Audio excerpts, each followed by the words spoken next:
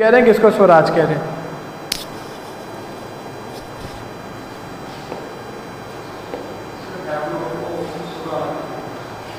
Google से सुनना देखने को बोला, वो घर में करना था, अब घर जाना दोबारा वर्कआउट करना। सो इंडिपेंडेंस होगी, अब मिल गई। हमने लास्ट अब लेक्चर में क्या पढ़ा हुआ है कि इंडिपेंडेंस हमें मिल चुकी है, ठीक है। अब आप आए हो तो इंडिपेंडेंस हो चुकी है, लेट आ गए, लेट हो गया, ठीक है। इंडिपेंडेंस होगी but at the cost of partition.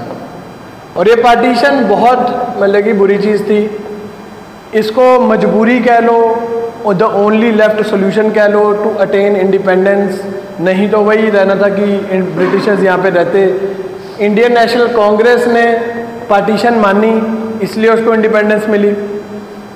Muslim league ने पाकिस्तान को माना, इसलिए उसने एक ऐसा एनवायरनमेंट क्रिएट करा जिससे इंडिपेंडेंस वाला जो प्लान है सारा वर्कआउट कर रहा है। अब उसमें कौन मेन रोल प्ले करता है अपना? माउंटबेटन।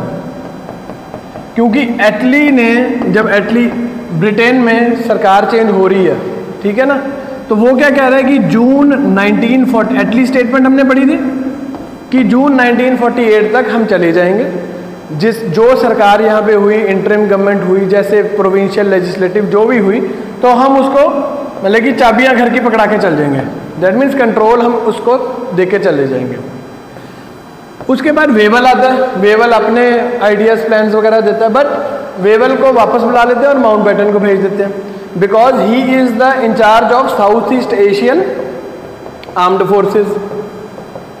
और इंडियन नेशनल आर्मी को हराता भी कौन है? माउंटबेटन हराता है, ठीक है। सो कोहिमा में इनका इशू हो जाता है, तो माउंटबेटन आ जाता है नया गवर्नर जनरल या वाइसरॉय। क्योंकि कहीं कहीं हमें दिखेगा कि ये गवर्नर जनरल से इसको रिप्रेजेंट करने, कहीं कहीं वाइसरॉय, बट मोर और लेस इसको गवर्नर जनरल से ही कर रहे हैं। अब गवर्नर जनरल का क्या सीन है?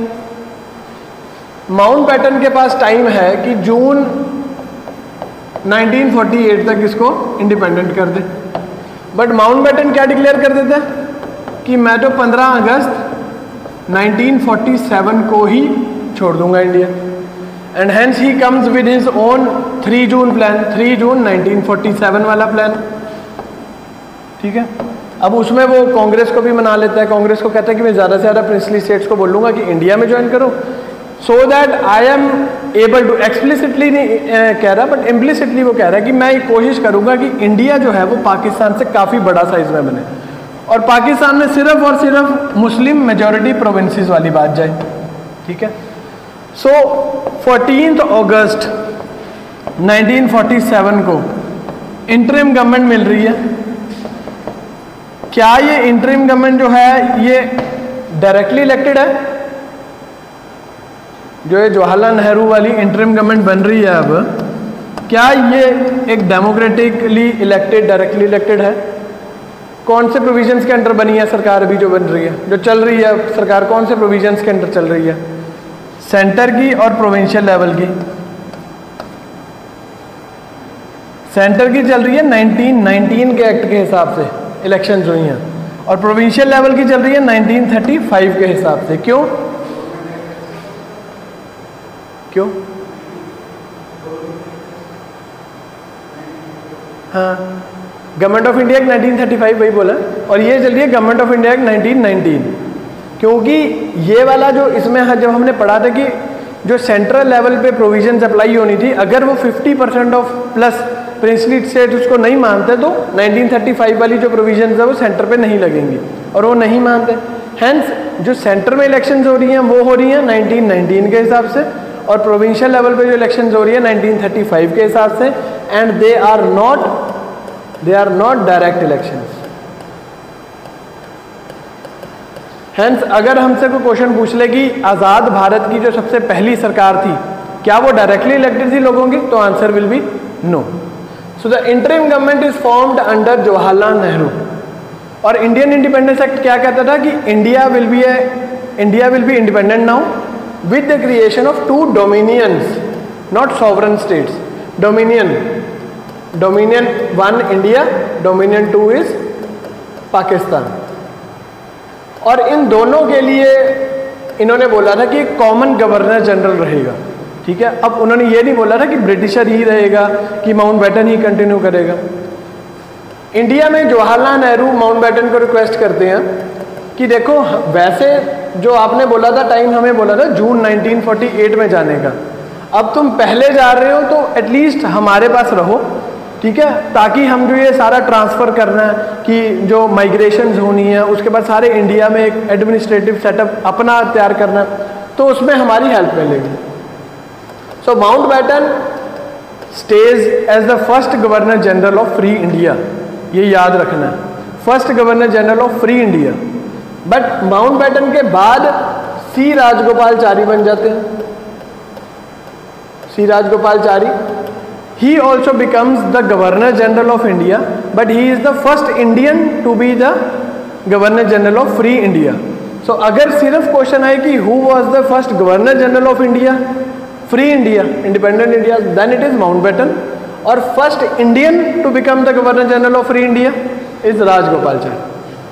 But पाकिस्तान कहता है नहीं, वो पार्टी यार है जब वो सारी बातें कर रहे होते हैं। वो जिन्ना कहता है कि यार मेरी भी एक इच्छा है कि मैं मतलब कि वो बनूं, प्रीमियर बनूं। तो पाकिस्तान में क्या हो रहा है, मोहम्मद अली जिन्ना कहता है कि I will be the governor general. उसकी इच्छा पूरी होगी, वो डोमिनियन वाली कि वन डोमिनियन 2 स्टेट फॉर्मूला नहीं, मैं पूरा अपना अलग एम्पायर। सो जिन्ना जो है he becomes the first governor general of free Pakistan, and Desai Liaquat Ali becomes the first prime minister of free Pakistan. ये बुल्ला भाई देसाई और लियाकत अली का जो पैक्ट होता है, तो ये वो वाले देसाई लियाकत अली है, ठीक है। सो ये वाले पॉइंट्स कुछ है, फैक्ट्स है, ये बीच बीच में से निकालनी है, क्योंकि यूपीएससी या फिर कोई भी एग्जाम में क्या होगा कि कितना कॉम्प्लेक्स एक क्वेश्चन है अगर, ठीक है, उसको कितना सिंप्लीफाई आप कर सकते हो, ठीक है, सिंप्लीफाई करके रिटेन कर सकते हो, उसने घुमा रहे नहीं है। Who was the first governor general of India, तो हमारा सीधा आंसर क्या हो जाता है, माउंटबेटन। तो कभी हम अगर हमने ध्यान से ना पढ़ा हो तो सोचा भी नहीं होगा ये चीज़ के बारे में। तो इन चीज़ों को थोड़ा सा याद भी रखना। सो ये अब डोमिनियंस बन रही हैं दोनों अलग अलग। एंड 14 अगस्त 1947 यानी कि आज़ादी का पहला दिन, कई जगह ये लिखा हुआ कि 14 अगस्त शायद पंडितों से निकलवाई थी। मैं बेसिकली इंडियन नेशनल कांग्रेस चाहती थी कि 14 अगस्त हो जाए, बट पंडितों ने मना कर दिया या फिर कोई भी, बट उसमें हमने ज़्यादा नहीं जाना।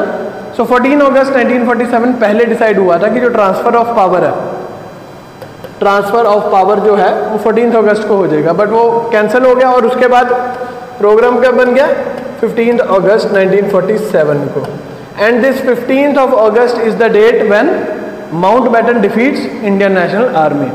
तो in actual we are celebrating the defeat of Indian National Army या आज़ाद हिंद फौज बाय माउंटबेटन, जो सुभाष चंद्र बोस जब लेके आते हैं। तो इंटेंशन है नहीं इंटेंशन वो अलग चीज़ है, बट ये चीज़ है। बट जो इंडिपेंडेंस की तैयारियां वो 14 अगस्त से शुरू हो जाती हैं।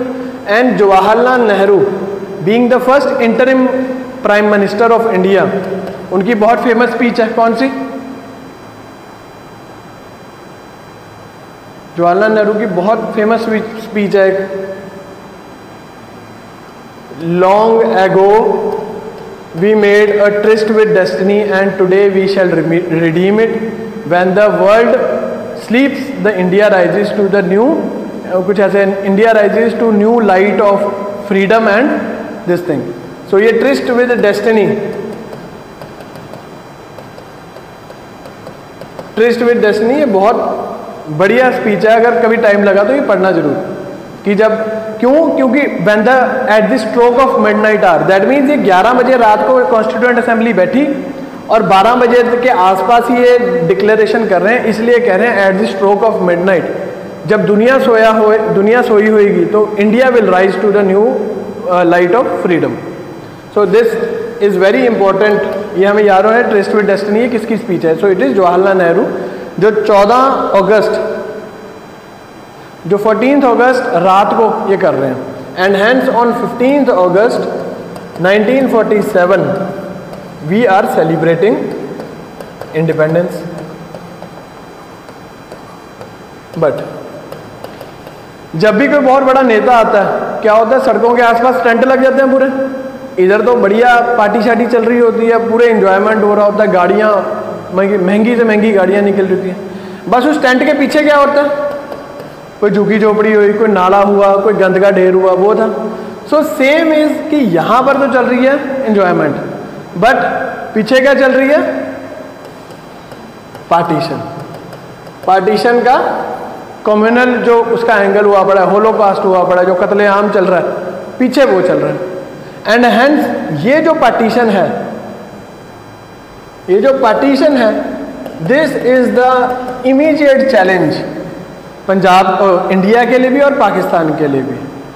सो who decided as per Indian Independence Act या फिर माउंटबेटन के प्लान के हिसाब से, हु डिसाइडेड दिस पार्टीशन की होनी चाहिए कि नहीं होनी चाहिए, किसको ये अथॉरिटी मिली थी?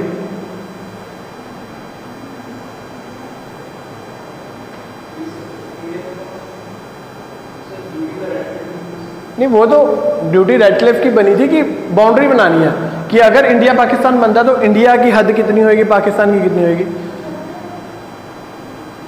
नहीं, दो एक ऐसे मुस्लिम मेजोरिटी प्रोविंसेस थे जिनमें वोटिंग होनी थी और वहां से डिसाइड होना था कि पार्टीशन होएगी कि नहीं होएगी। कौन से दो प्रोविंसेस थे वो? बंगाल एंड दूसरा कौन सा होगा? सबसे ज़्यादा मुस्लिम पॉपुलेशन अगर इंडियन सब कॉन्टिनेंट में, अनडिवाइडेड इंडिया में कहेंगे तो कहाँ पे? दूसरी नंबर पे उस टाइम पे।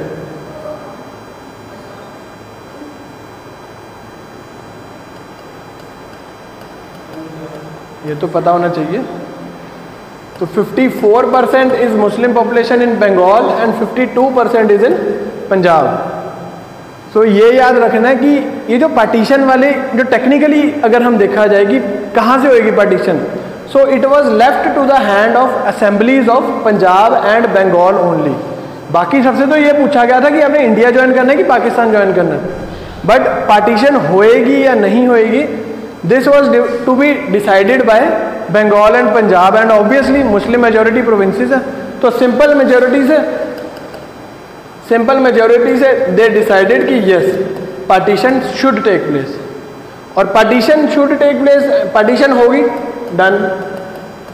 अब उसके बाद आता है टॉपिक अबाउट बाउंड्री। अब ये बाउंड्री का सीन क्या है कि कहाँ पे इंडिया होगा, कहाँ पे पाकिस्तान होगा। जो तो रिच लोग थे, जो तो अमीर थे, उन्होंने अपनी सारी प्लानिंग करी हुई थी कि यहाँ से बेचा, उसके बाद पंजाब शिफ्ट हो गए, दिल्ली हो गए, हिमाचल शिफ्ट हो गए, चलो हिमाचल उस टाइम पर तो नहीं है कुछ भी, तो पंजाब शिफ्ट हो गए, उत्तर प्रदेश शिफ्ट हो गए, तो कहीं भी हो गए। बट द पुअर वर लगी नहीं, तो उनके पास क्या है, इनके पास तो 10 एकड़ लैंड है, इतने सारे भेड़ बकरी हैं, इतने बड़ी प्रॉपर्टीज हैं, तो ये तो बेच देंगे। अगर ये इनका नेटवर्थ फॉर एग्जांपल 10 CR है और अगर ये डिस्ट्रेस सेलिंग, दैट मीन्स कि भी मजबूरी में बेच के गए तो कितना 6 CR तो ले ही लेंगे, तो दैट मीन्स फिर भी जाके ये अपने आप को रीसेटल कर लेंगे।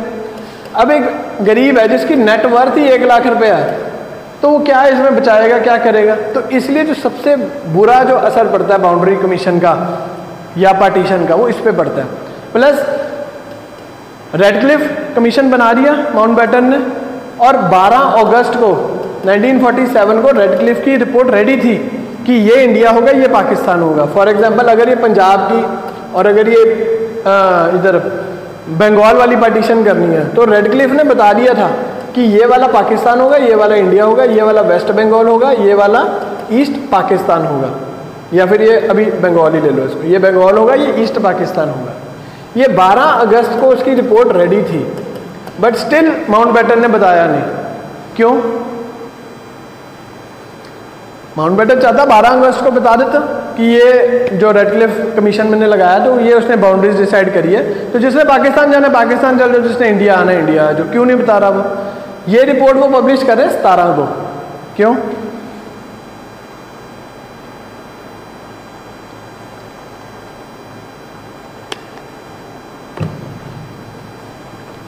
क्योंकि वो कौन है? वो कुंदन है। कौन सी मूवी का? रांझना का।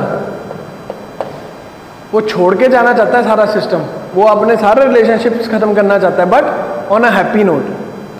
अगर वो 12 अगस्त को ये चीज़ डिक्लेयर कर देता माउंटबेटन, ठीक है, तो माइग्रेशंस होनी थी, माइग्रेशंस के बीच में क्या होने थे, कम्युनल क्लैशेस तो होने ही होने थे, और उसकी शादी का बिल किसके नाम पे पड़ना था, माउंटबेटन के। 15 अगस्त को माउंटबेटन कहता है कि यार हम तो आज़ाद हो गए अपने वाइट मैन बर्डन से, अब तुम्हारी जिम्मेदारी है। 17 को उसने डिक्लेयर करा, 17 को कम्युनल दंगे हुए, और अब इसकी रिस्पॉन्सिबिलिटी किसकी है, सरकार की। और सरकार कौन है, जवाहरलाल नेहरू। तो दैट मीन्स लोगों ने तो जवाहरलाल नेहरू को गालियाँ निकालनी है, माउंटबेटन को तो बोलना है कि यार बहुत बढ़िया करके गया कि इंडिपेंडेंस दे गए, चलो जो मांग रहे थे अलग देश, उनको अलग देश दे दिया। सो जवाहरलाल नेहरू पे ये सारी अब ब्लेम आता है, बट एक्चुअल में माउंटबेटन पे है। क्योंकि जब हमने पहले पढ़ा था कि अगर ईस्ट इंडिया कंपनी से क्राउन जब लेता है 1857 में, तो क्राउन कहते हैं यार मैं तो आज तक था ही नहीं, जो तुम्हारी एक्सप्लोटेशन करी है मैंने तो करी नहीं, मैं तो तुम्हारे लिए डेवलपमेंट करूँगा।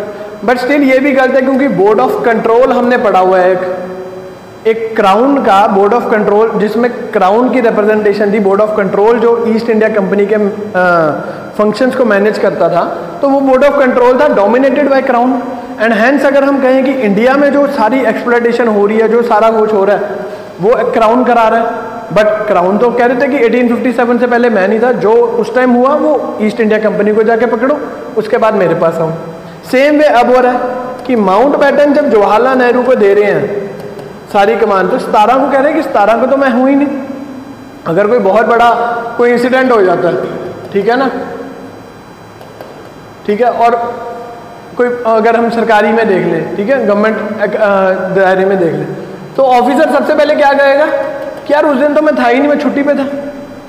चाहे उसी की वजह से पिछले 10-20 दिनों से या सालों से ये वो प्रॉब्लम बढ़ती जा रही है, पर उस दिन ट्रिगर होगी वो प्रॉब्लम, तो बोलेगा कि देखो मेरी जिम्मेदारी नहीं है, because I was on leave, मेरी जगह कोई और था, उसकी जिम्मेदारी है।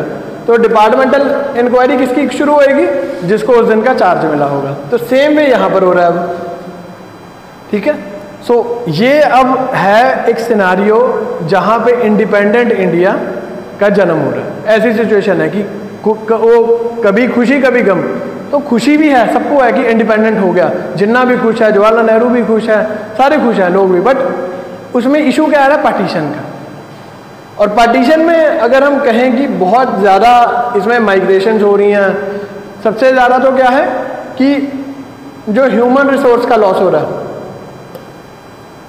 Crimes against main, women, children, तो उसके कोई पैरेलल ही नहीं आज तक बना, ठीक है। तो ह्यूमन रिसोर्स का सबसे पहले हुआ, उसके बाद जो कैपिटल रिसोर्सेज थे, लोगों की धन दौलत थी, जो उनकी फैक्ट्रीज थी, जो उनके एनिमल्स थे, जो उनकी लैंड थी, वो मतलब कि गलत कम्युनल फोर्सेस एक्शंस ने इसको यूज कर लिया।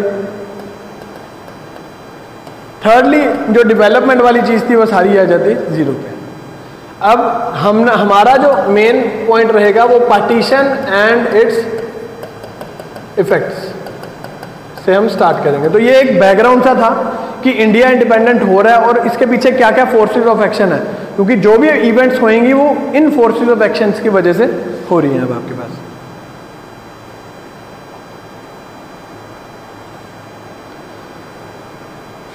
पार्टीशन के बाद हमारे पास अब क्या सीन बचता है। सबसे पहले जो है princely states, partition of India जब हो रही है, क्योंकि ब्रिटिश, अगर हम इंडिया की बात करें तो इंडिया इज ब्रिटिश इंडिया, जिसके 11 प्रोविंसेस हैं, और प्रिंसली स्टेट्स कितने हैं 565।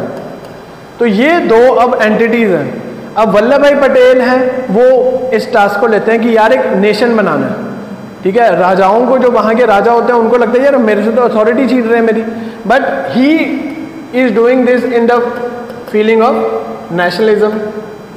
और इस नेशनलिज्म को अगर चेक करना है तो हम कैसे चेक करेंगे कि क्या वल्लभ भाई पटेल के एक्शन जो है वो नेशनलिस्टिक हैं कि नहीं है। तो कैसे चेक करेंगे, 3 मैंने आपको बताए हुए हैं कि अगर कभी भी आ जाए कि नेशनलिज्म इस चीज़ पे, इस पंखे पे नेशनलिज्म लगाना है, नेशनलिज्म क्या ये नेशनलिज्म को फुलफिल कर रहा है कि नहीं कर रहा, तो क्या करोगे आप। फ्रेंच रेवोल्यूशन के principles, liberty, equality, fraternity. Liberty political, equality economic, and fraternity equality, यानी कि ब्रदरहुड, यानी कि कोई राजा रूजा वाला सिस्टम नहीं है जो सरकार होगी। सो अब घर जाके आपने ये देखना है, अब हम पढ़ लेंगे उसको प्रिंसली स्टेट्स को, उसके बाद आपने जाके इसको दिमाग लगाना कि क्या वल्लभ भाई पटेल के जो प्रिंसली स्टेट्स को एक नेशन में बनाने की बात है, इज इट ए नेशनलिज्म वाली चीज़ है कि ये पॉलिटिकल, ये भी पॉलिटिकल मोटिव है इसका। So nation is summation of masses, हमेशा हम बोलते हैं, ठीक है। अब प्रिंसली स्टेट्स का जो इंडियन नेशनल मूवमेंट में योगदान है वो कहाँ से शुरू होता है? नागपुर सेशन 1920 से। वहाँ पर सिर्फ और सिर्फ महात्मा गांधी क्या कह रहे हैं अब कि जो प्रिंसली स्टेट्स के लोग हैं वो भी इंडियन नेशनल कांग्रेस का मेंबर बन सकते हैं। इससे पहले नहीं बन सकते थे, अब प्रिंसली स्टेट्स के मेंबर बन सकते हैं। मेंबर बना लिया, ठीक है, बट ये नहीं है कि वो अपने लेवल पे कोई नई मूवमेंट इंडियन नेशनल कांग्रेस के नाम से शुरू कर देंगे। दैट मीन्स वो इंडियन नेशनल कांग्रेस के फेसबुक पेज का उनको एडमिन राइट्स नहीं दिए जाएंगे, बस वो लाइक कर सकेंगे, कमेंट कर सकेंगे, बस दैट्स इट। कोई फोटो नहीं अपलोड कर सकते, कोई नया वो हैशटैग नहीं स्टार्ट कर सकते, तो ये चीज़ नहीं कर सकते। अब All India State People Conference, और जहाँ पे स्टेट्स वर्ड आ रहा है तो that means we are talking about princely states. All India State People Conference या प्रजा मंडल्स, इससे पहले क्या बन चुके होते हैं? नरेंद्र मंडल्स, जो राजाओं का काउंसिल होता है सारे प्रिंसली स्टेट्स का, और प्रजा मंडल्स उन प्रिंसली स्टेट्स के लोगों की एसोसिएशंस। दैट मीन्स कि जो इंडियन नेशनल कांग्रेस का कुछ कुछ वर्जन है, कुछ कुछ उसके ट्रेसेस हैं, अगर हमें प्रिंसली स्टेट्स में दिखते हैं स्टार्टिंग में, so that is in the form of this Praja Mandals. And Vallabh भाई Patel acted as the catalyst. So अगर हम ये कह रहे हैं कि वल्लभ भाई पटेल ने ही सिर्फ, ये नहीं कह रहे हम कि no doubt the role of Vallabh भाई पटेल इज ह्यूज, लेकिन अगर आप ये कहो कि सिर्फ और सिर्फ वल्लभ भाई पटेल के दिमाग में ही ये चीज़ आई, खुराफाती दिमाग आया कि प्रिंसली स्टेट्स को भी तो ब्रिटिश इंडिया में लेना, तो it is not like this. ये जो डिमांड है ये इंडियन नेशनल कांग्रेस ने सबसे पहले कहाँ पे इसके ट्रेसेस दिखा दिए थे? नागपुर सेशन में। और जब ये प्रजा मंडल्स बनते हैं एंड व्हेन दे सी कि यार देखो, वही मैंने आपको बताया था कि आप लुधियाना रह रहे हो, पटियाले आपके कोई रिश्तेदार रह रहे हैं, तो वहाँ पर आप जाके बता रहे हो कि यार हमारा तो चीफ मिनिस्टर भी हमारा है, हमारा तो ये फाइनेंस मिनिस्टर भी ये वाला, स्टेट लेवल पे अगर हम देखें तो उनको लगता है कि यार वाह यार, अगर if you can fight the mighty British, कि तुम एक इतने ब्रिटिश एम्पायर से, साम्राज्य से लड़के तुम इतने राइट्स लेके आ सकते हो, तो हम एक ये पपेट राजा, एक जो सरकार का, ब्रिटिशर्स का एक पपेट राजा बना, पपेट किंग है, उससे क्यों नहीं ले सकते? सो हेंस प्रजा मंडल्स में वो बात आती है कि यार हम भी ब्रिटिश इंडिया वाली प्रिविलेजेस लें। ब्रिटिश इंडिया की प्रिविलेजेस लेने का मतलब we should also be the part of united India. So actually क्या है कि लोग ही जो प्रिंसली स्टेट्स के सबसे पहले वो डिमांड उठा रहे हैं, वल्लभ भाई Patel is just acting as a catalyst. उनकी जो डिमांड्स हैं उनको सही डायरेक्शन दे रहे हैं, ठीक है। अब 1938 Haripur session called for demand of पूर्ण स्वराज। यहाँ पर भी पूर्ण स्वराज की बात है। इससे पहले कहाँ पे हुई है पूर्ण स्वराज की बात? Haripur session led by Subhash Chandra Bose 1929 में। बट अब यहाँ पे जो एक कैच है, पूर्ण स्वराज की जवाहरलाल नेहरू ने बात करी, but only for British India. उन्होंने प्रिंसली स्टेट्स की बात नहीं करी थी। तो अगर ये देखो, एक आपको कई बोलेंगे कि प्रीवियस ईयर क्वेश्चंस पे मतलब कि ध्यान दो, ये दो, बट अगर आप पढ़ोगे तो फ्यूचर ईयर क्वेश्चंस ऐसे ही निकलते हैं। वहाँ पे इतनी इतनी कॉम्प्लेक्स चीज़ ही आपको निकाल के दे देनी है उसने, कि Purna Swaraj for British India as for the whole of India was declared for the first time when. तो 99% लोग क्या बोलेंगे? Lahore session by Jawaharlal Nehru. But आपको पता होना चाहिए कि वहाँ पे सिर्फ और सिर्फ ब्रिटिश इंडिया की बात कर रहा है वो Jawaharlal Nehru. For in 1938 Haripur session led by Subhash Chandra Bose, यहाँ पे पूर्ण स्वराज की बात होती है for complete India, that means British India as well as for the princely states. Next is 1939 में त्रिपुरी में सेशन होता है। त्रिपुरी में this is also led by Subhash Chandra Bose.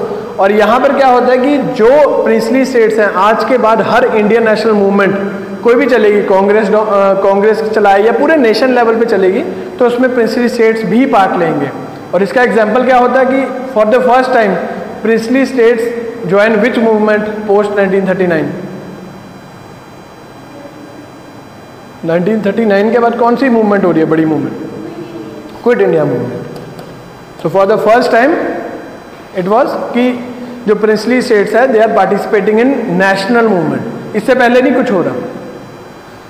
और अगर अब प्रिंसली स्टेट्स को मिलाने वाली बात है, ठीक है, प्रिंसली स्टेट्स क्या है, मेजरली कौन सी हैं, जिन्होंने सब्सिडरी अलायंस स्टार्ट करी है, साइन करी हुई है, जिसने ब्रिटिशर्स के साथ सब्सिडरी अलायंस साइन करी है। दैट मीन्स जो राजा होगा वो तो लोकली होगा, वही होगा, बट ब्रिटिशर्स का कंट्रोल किस पे होगा, डिफेंस, करेंसी और फॉरेन अफेयर्स पे।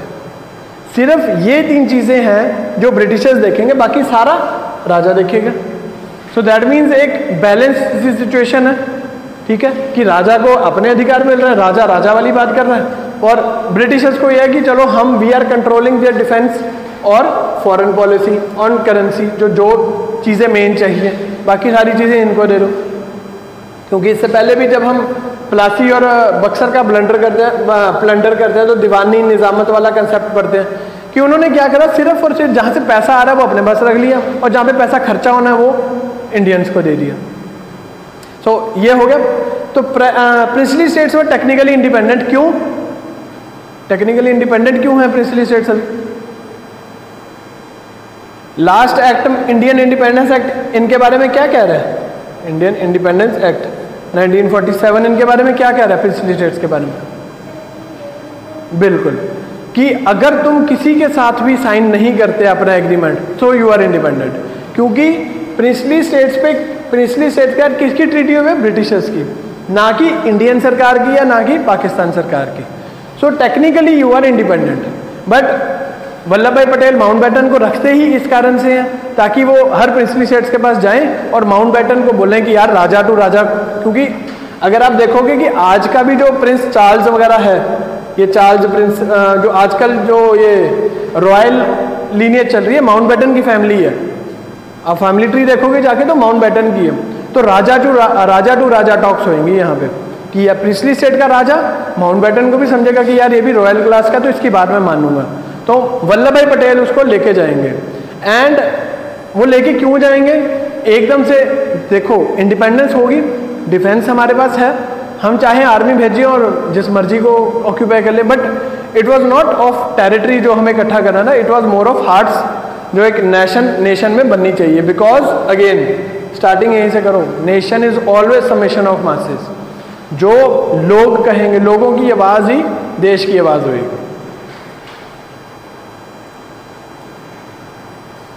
सो प्रजामंडल्स बन रहे हैं initially at Hyderabad, Mysore and Gujarat. 1920s में क्या हो रहा है कि जो नागपुर सेशन में प्रिंसली स्टेट्स के जो लोग हैं वो इंडियन नेशनल कांग्रेस का पार्ट बन सकते हैं। 38 में Purna Swaraj is declared for whole of India. 39 में participation of princely states in Indian national movement. But उससे पहले क्यों नहीं हो रही? 1920 से या 1938 से पहले प्रिंसली स्टेट्स के बारे में क्यों नहीं बात कर रहे? सबसे पहले बात ऑर्गेनाइजेशनल बेस ही नहीं है अब। और वो कह रहे हैं कि नागपुर सेशन में क्या कह रहे हैं कि आप मेंबर बन जाओ, बट आप ये नहीं कर सकते कि इंडियन नेशनल कांग्रेस का झंडा उठाया और कोई मूवमेंट प्रिंसली स्टेट्स में स्टार्ट कर दी। क्यों? Princely state of Patiala is equal to princely state of Patiala या कॉलोनी, अगर हम प्रिंसली स्टेट ही रहेगा, is equal to colony of Australia. That means इन दोनों का स्टेटस सेम है। पटियाला जो है इट इज उसका इंडिया के साथ कोई लेना देना है नहीं है, ठीक है। यानी कि अगर कोई इंडिया में बैठा बैठा बंदा ऑस्ट्रेलिया में कह दे कि एक मूवमेंट चला दो, लोगों ने चला दी, नो डाउट, बट यहाँ पे ऑस्ट्रेलिया का जो राजा बैठा होगा उसने क्या करना है? सबको सप्रेस कर देना। सप्रेस कर देगा, दैट मीन्स इंडिया से लोग जाने की कोशिश करेंगे। लोग जब जाने की कोशिश करेंगे उन्हें बॉर्डर सील कर देना, उन्हें कहना वीज़ा दिखाओ, तुम्हारा वीज़ा ही नहीं लगा हुआ। तो इस वे में कि अगर इंडियन नेशनल कांग्रेस कोई कॉल दे देती है सिटिंग इन पटियाला, और हम सोचें कि हम दिल्ली से, लुधियाना से, यहाँ से सारे से अवध से इकट्ठे होकर चल जाएंगे, तो वहाँ पटियाले एंटर होने पे उन्होंने क्या बोलना? लाओ भाई वीज़ा कहाँ पे आपका, परमिशन कहाँ पे आपके हमारे अंदर आने की। तो इसलिए उनको पता है कि हम कुछ कर नहीं पाएंगे, इनकी हेल्प नहीं कर पाएंगे, और राजा एंड ब्रिटिशर्स ये मिलके इनको दबा देंगे। तो इसलिए ये प्रिंसली स्टेट्स पे इतना कॉन्फिडेंस नहीं शो कर रहे। उन्होंने पॉलिटिकल एनसीईआरटी भी नहीं पढ़ी कि भाई इंडियन नेशनल मूवमेंट होती क्या चीज़ है। क्योंकि ब्रिटिश इंडिया की अगर हम बात करें 1851 से, जब हम पढ़ते हैं कि Madras native association, Bengal land holder society, ठीक है, उसके बाद ये ईस्ट इंडिया एसोसिएशन बन रही है दादा भाई नारोजी की, Indian association by Surendranath Banerjee, Indian National Congress, home rule league, तो ऐसे करते करते बहुत सारी 1916 तक अगर हम देखें, 20 में तो उनको पार्टिसिपेशन दे दी थी। तो हमारे पास जो एक्सपीरियंस है वो 1851 से चल रहा है। अब इनका पता नहीं क्या करेंगे क्या नहीं करेंगे।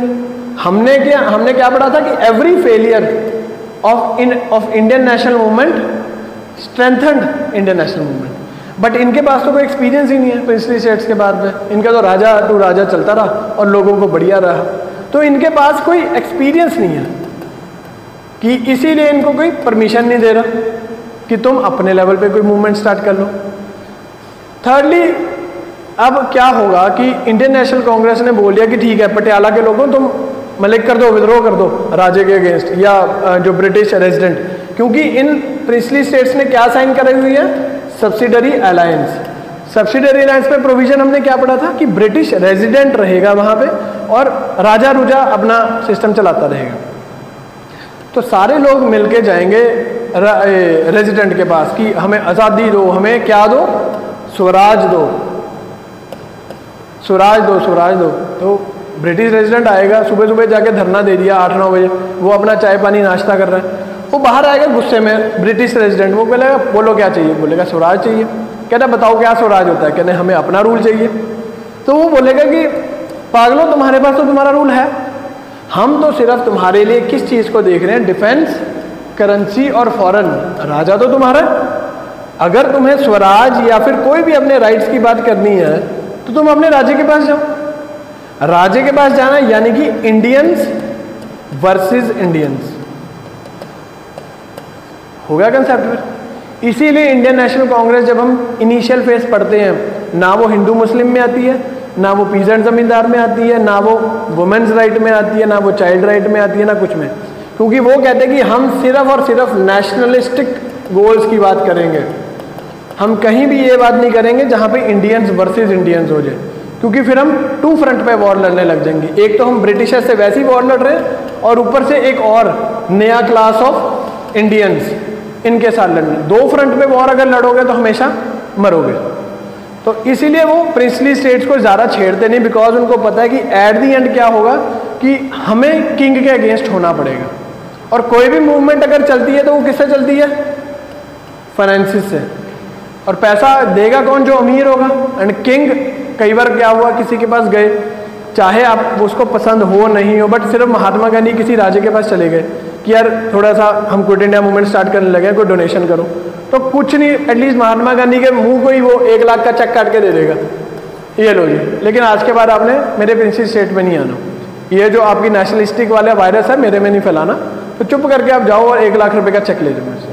जस्ट एक महात्मा गांधी के फेस को देख के उन्हें डोनेशन दे देना। तो इसलिए ये इंडियंस वर्सेस इंडियंस कहीं भी नहीं कांग्रेस देखोगे आप कि जहां पे इंडियन को इंडियन के अगेंस्ट करना हो वहां पे नहीं जाएगी वो। तो 1938 अगेन वही रिपीट हो रहा है, Haripur session and Purna Swaraj now for whole India.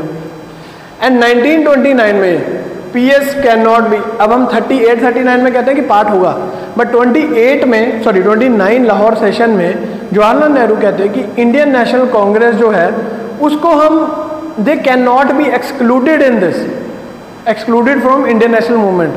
मतलब कि प्रिंसली स्टेट्स को they can not be excluded from Indian national movement. तो पटियाला रियासत के, पटियाला में इसलिए कह रहा हूँ कि हमारे पास में है, वैसे उसके अलावा ऑल ओवर इंडिया 565 पीएस है, ठीक है। तो इसलिए पटियाला, कपूरथला, नाभा, ये वाले सारे हमारी वो आ गए। तो वो कहते हैं कि ठीक है, princely states can not be excluded from Indian national movement. तो प्रिंसली स्टेट्स को बड़ा अच्छा लगा। पटियाले के लोगों ने गाड़ी उठाई और पहुंच गए जवाहरलाल नेहरू के पास में कि चलो जी बताओ अगली कौन सी मूवमेंट करनी है। हमने 1930 की मूवमेंट आके सिविल डिसोबीडियंस आ रही है, कहते बताओ क्या करना है। वो जवाहरलाल नेहरू कहते कि यार मैंने सिर्फ आपको ये बोला कि you can not be excluded in this, मैंने ये तो नहीं बोला you can be included in this. एक होती है ये स्माइली, मतलब कि नहीं, बिल्कुल नहीं। ये होती है खुशी वाली, ये होती है यस, ये होती है नो। एक स्माइली होती है ये वाले कि बीच में ही है, छोड़ दिया उसने। अगर उसने बोला कि आई डोंट हेट यू, इसका मतलब ये भी नहीं बोला आई डोंट लव यू, उसने बोला कि आई डोंट हेट यू। अच्छा, तो इस डज इट मीन कि यू लव मी? वो कहते ये भी नहीं बोला मैंने तो। सो ये बीच में ही छोड़ दिया रास्ते में। तो 1929 का बड़ा कंफ्यूजिंग सा नैरेटिव रहता है जवाहरलाल नेहरू का, they can not be excluded, ना इधर ना तिन्ना च ना तेरा च, मतलब जो हम कह देते हैं उसको। अब प्रिंसली स्टेट्स में ये भावना कहाँ से मतलब कि सबसे ज़्यादा आई है कि यार ये इंडिया में तो बड़ा इंजॉयमेंट हो रहा है। उसका सबसे बड़ा रीज़न है 28 मंथ्स की जो सरकार बनती है। 1935 के इलेक्शंस के बाद में जब प्रोविंशियल ऑटोनॉमी की हम बात करते हैं, प्रोविंशियल ऑटोनॉमी, तो लुधियाने का बंदा जाएगा, बोलेगा यार मैंने तो अभी ट्रांसफ़र करा ली, मतलब कि अगर वो किसी भी डिपार्टमेंट में, एजुकेशन में है, हेल्थ में है या लॉ में है, उसने बोला यार मैंने तो अभी ट्रांसफ़र करा ली। वो बोला तू कब दिल्ली चलेगा? वो कहता नहीं जी, मेरा मंत्री जो है, मेरा मंत्री तो लुधियाने ही बैठता है या पंजाब में ही बैठता है। वो कहता है अच्छा, कहता हमें तो हमारे किंग के पास जाना पड़ता है हर चीज़ के लिए, और किंग कहीं बाहर बैठा होगा, कहीं दिल्ली बॉम्बे घूमने गया होगा। तो लोगों को बड़ा अच्छा लगा कि यार ये तो प्रोविंशियल ऑटोनॉमी चीज़ ही बड़ी अच्छी है कि आपका एमएलए, आपका एमपी आपके साथ बैठे, जो मर्जी काम कराई जाए उससे। सो ये 28 मंथ्स जो सरकार होती है, ये उन लोगों में कॉन्फिडेंस भरती है कि if Indians can fight the mighty British empire, then why can't we fight a puppet king. और इसकी टेस्टिमनी क्या होती है? तीसरी बार चाहे बता रहा हूँ, बट ये क्योंकि ये 2 सेशंस बहुत ज़रूरी हैं। अगर प्रिंसली स्टेट्स की अगर हम कभी बात करें और हरिपुर और त्रिपुरी को अगर हम नहीं डिफाइन करेंगे, आपका आंसर 0 है। जितना मर्जी लिख लो कि भाई नेशनलिज्म है, ये है, फलाना ढमकाना है, बट अगर ये 2 वर्ड्स ना लिखे तो आपका आंसर 0 है प्रिंसली स्टेट्स के रोल के इंटीग्रेशन के बारे में। अब ऑल इंडिया, अब प्रिंसली स्टेट्स और इंडियन नेशनल कांग्रेस का सबसे पहला हमें टेस्टिमनी कहाँ पे मिलती है कि ये लोग इकट्ठे आ रहे हैं। All India State people Congress का लुधियाना सेशन होता है 1939 में, एंड इट इज़ सारे जो प्रजामंडल्स होते हैं वो इकट्ठे हो जाते हैं and they form All India State Peoples Congress. And वो किसको बुलाते हैं अपना प्रेसिडेंट बनाने के लिए? जवाहरलाल नेहरू। ठीक है, so hence Indian National Congress और ये जो प्रिंसली स्टेट्स के मैटर्स हैं, इनके बीच में अब कनेक्टर कौन काम करेगा? जवाहरलाल नेहरू। अब ऐसी जवाहरलाल नेहरू जब हमने पहले पढ़े थे कि पीजेंट मूवमेंट्स में पार्टिसिपेट करते हैं, तो अब अगेन वहाँ पर भी ही नेशनल मूवमेंट और एक रीजनल मूवमेंट्स के बीच में कनेक्टर कौन काम कर रहा है? वहाँ पे भी जवाहरलाल नेहरू कर रहे हैं। और यहाँ पे भी अब हम देख रहे हैं कि ऑल इंडिया जो ये प्रजामंडल्स इकट्ठे हो चुके हैं, इनको हेड कौन करें? Jawaharlal Nehru. And hence he acts as a connector between the things. Many kings respected the public opinion and but took time. So independence होगी। अब जो 2 राजे समझदार थे, उन्होंने क्या बोला कि जवाहरलाल नेहरू के पास मीटिंग करी, वो बोले ठीक है हम ये इंस्ट्रूमेंट ऑफ एक्सेशन आपका साइन कर लेंगे। ये इंस्ट्रूमेंट ऑफ एक्सेशन कहाँ से आ रहा है? ये जब हम पढ़ रहे थे तब मैंने आपको बताया था, याद रखना है इसको। इंस्ट्रूमेंट ऑफ एक्सेशन कहाँ से आ रहा है? कौन से गवर्नमेंट ऑफ इंडिया एक्ट से आ रहा है?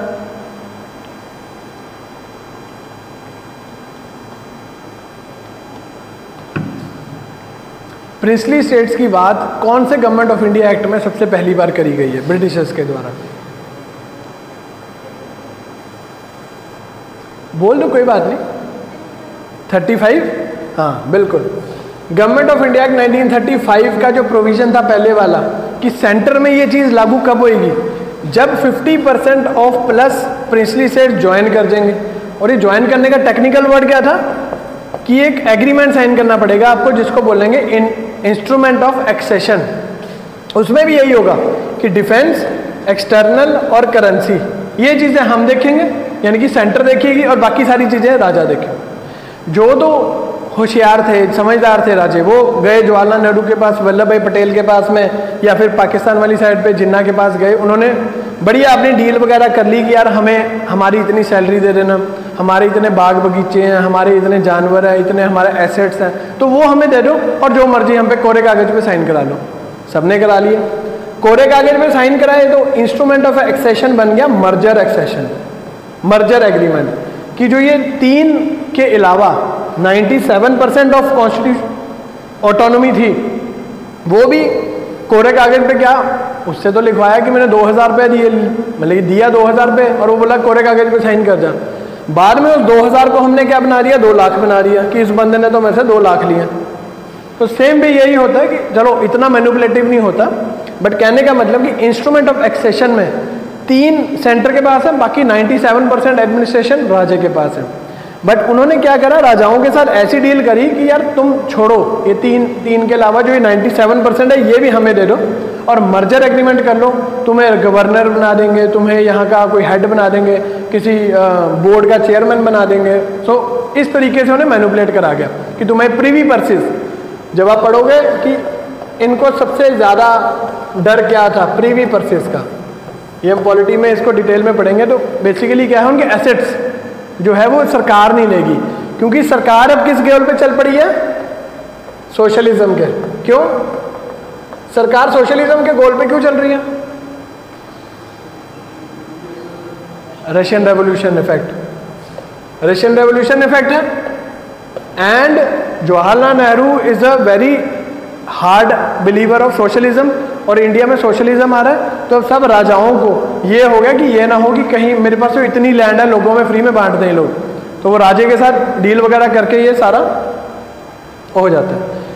बट फिर भी कई ऐसे लोग, कई ऐसे किंग्स थे जिन्होंने नहीं माने थे। फॉर एग्जाम्पल जो प्रिंसली स्टेट्स नहीं मान रहे थे, कौन से थे पता होना चाहिए, तो जनरल चीज़ है काफ़ी।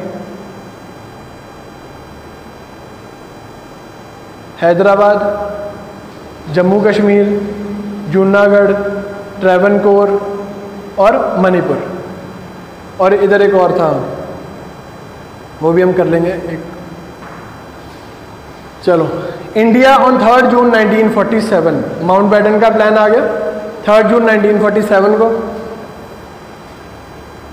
और 15 अगस्त को इन्होंने चले जाना है यहाँ से। और इतने ही टाइम में, सिर्फ 72 डेज में ये सारी गेम कर जाएगा माउंटबेटन, जहाँ पे, और इंडियंस का कहना है जहाँ पे 300 सालों से तुम बैठे थे, 1 साल और रुक जाते, थोड़ा सा हम आराम से ट्रांसफर ऑफ पावर कर लेते, माइग्रेशंस कर लेते, सब कुछ कर लेते आराम से। जहाँ पे 300 साल से बैठे थे, क्या इतनी मतलब कि सुनामी आ गई, 72 डेज में। रेडक्लिफ जो बना रहा है अब ये सारी बाउंड्रीज, उसको बोला गया 72 डेज में इसको खत्म कर, काम को जैसे मर्जी करके लाइनें मार, जो मर्जी कर, खत्म कर। और इसी वजह से क्या हुआ है, सारे कम्युनल क्लैशेस हुए हैं, टेरिटोरियल इश्यूज पड़ रहे हैं आज तक, जो इंडिया में मतलब कि इंडिया, चाइना, पाकिस्तान के साथ चल रहा है, वो सारा क्यों चल रहा है, इस जल्दी की वजह से। जहाँ पे इतने सालों से, और इवन एटली ने भी बोला था कि जून 1948 में जाएंगे हम। इतनी जल्दी के कारण अब जो सारे इश्यूज आज तक हम देख रहे हैं, नॉर्थ ईस्ट में लेके इधर जम्मू कश्मीर में, इधर पंजाब वाली साइड में, और कहीं भी अगर सेपरेटिस्ट मूवमेंट चल रही हैं, क्यों? क्योंकि बड़े भगदड़ में इस चीज़ को मैनेज करा गया।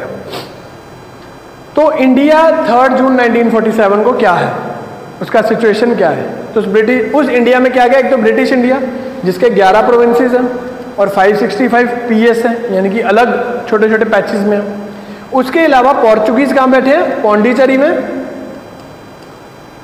जिसका नाम है पुडुचेरी हो गया, और चंद्रनगर में बैठे हैं। फ्रेंच कहाँ बैठे हैं, गोवा, दमन दीव, नागरा एंड दादरा एंड नागर हवेली। तो अब ये सिचुएशन है इंडिया की जब इंडिया इंडिपेंडेंट हो रहा है। तो ब्रिटिशर्स के अलावा अब हमें पोर्चुगीज और फ्रेंच से भी ये खाली कराने हैं। तो फ्रेंच, सबसे पहले हम ये छोटे छोटे टॉपिक्स हैं ये हम पढ़ लेते हैं। अगर इसको डिटेल में पढ़ना होगा तो पढ़ सकते हो आप, बट जो रेलेवेंट है from paper exam point of view, और जितना मतलब कि हमें ज़रूरी है समझना, वो आप समझ लो।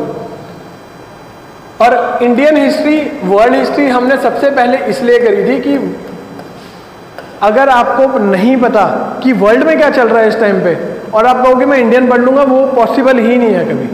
क्योंकि अभी आप देखोगे कि जब इंडिया चाइना की वॉर हो रही है तो उसमें क्यूबन मिसाइल क्राइसिस का रेफरेंस आएगा, तो हम बंदा सोचेगा कि यार ये यूएसए और यूएसएसआर की लड़ाई में इंडिया चाइना का क्या लेना देना। तो जब तक आप एक वर्ल्ड लेवल का पर्सपेक्टिव नहीं क्रिएट करते, आप जिस मर्जी से पूछ लो, जिस मर्जी एक्सपीरियंस टीचर से पूछ लो, अगर वो बोलेगा ग्लोबल पर्सपेक्टिव नहीं डिफाइन करोगे आप, तो नेशनल समझ ही नहीं सकते। वो रट्टा मारना वो अलग चीज़ है, बट आप समझ नहीं पाओगे कि क्यों हो रहा है ये। कि अगर फ्रांस जो है बड़े आराम से पौंडीचेरी और पुडुचेरी और चंद्रनगर को छोड़ रहा है, तो क्यों छोड़ रहा है? क्यों? क्योंकि इंडो चाइना वॉर में, इंडो चाइना रीजन कौन सा? नहीं, रीजन में कंट्रीज कौन से आ जाएंगे इंडो चाइना में?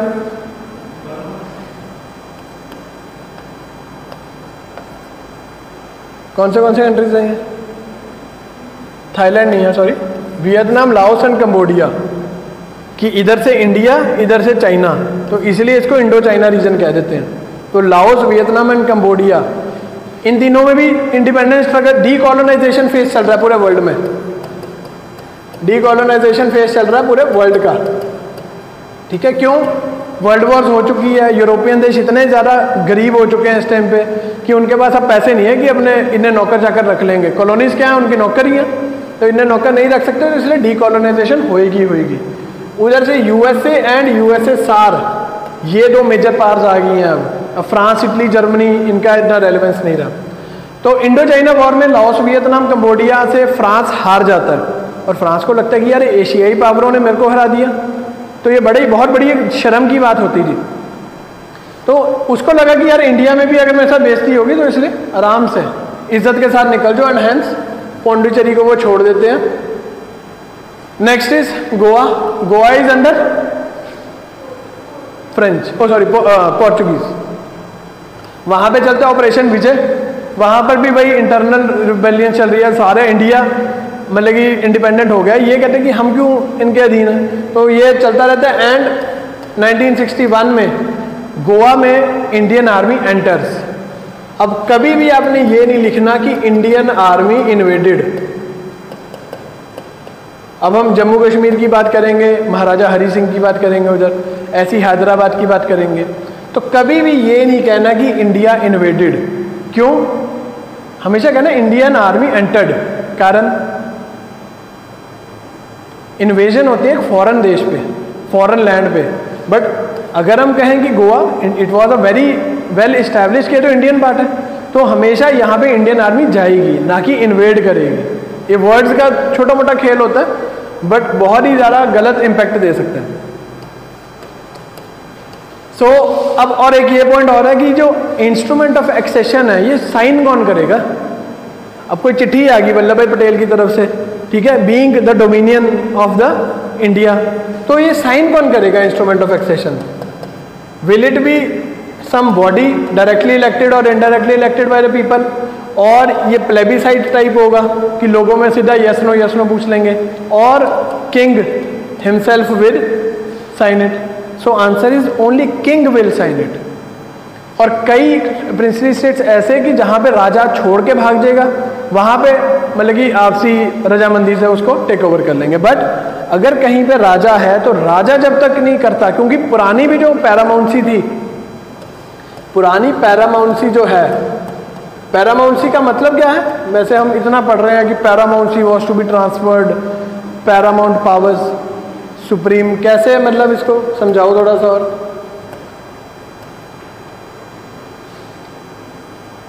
पैरामाउंसी का मतलब क्या हुआ? इसके बारे में 200 to 250 वर्ड्स लिख के लाना जरा, इसके बारे में रिसर्च करो थोड़ा सा, कि हम हर जगह पढ़ रहे हैं कि paramountcy to be transferred, paramount powers, ये वो फलाना टमकाना, कि है क्या चीज़ पैरामाउंसी की बात यहाँ पे करके? अब पूरी मॉडर्न हिस्ट्री पढ़ ली आपने, अब रेफरेंसेस के साथ लेके आना अब कोई भी आंसर। ईस्ट इंडिया कंपनी क्या के टाइम पे पैरामाउंसी क्या चीज़ है, ब्रिटिश इंडिया के टाइम पे क्या चीज़ है, पोस्ट इंडिपेंडेंस में पैरामाउंसी का क्या मतलब चल रहा है, ठीक है। तो ये पैरामाउंसी वर्ड को एक 250 का ऐसे लिख के लाना है इसमें। So paramountcy was to be signed by ruler only, ठीक है। एंड इंस्ट्रूमेंट ऑफ एक्सेशन जो साइन कर लेगा, defence, communication and foreign policy, ये चीजें जो है ये यूनियन देखेगा। और बाकी अगर ये 3% ऑफ कॉन्स्टिट्यूशन है तो रेस्ट ऑफ 97% कौन देखेगा? Union of India, Jawaharlal Nehru की बेसिकली इंटरिम सरकार देखेगी इसको। बट इसको मर्जर एग्रीमेंट भी बना रही है, उन्होंने बोला कि ये 97% भी हमें दे दो। So those princely states which signed this merger agreement, तो ये 97 होली सोली सारा सेंटर की सरकार देखेगी उनका मैटर।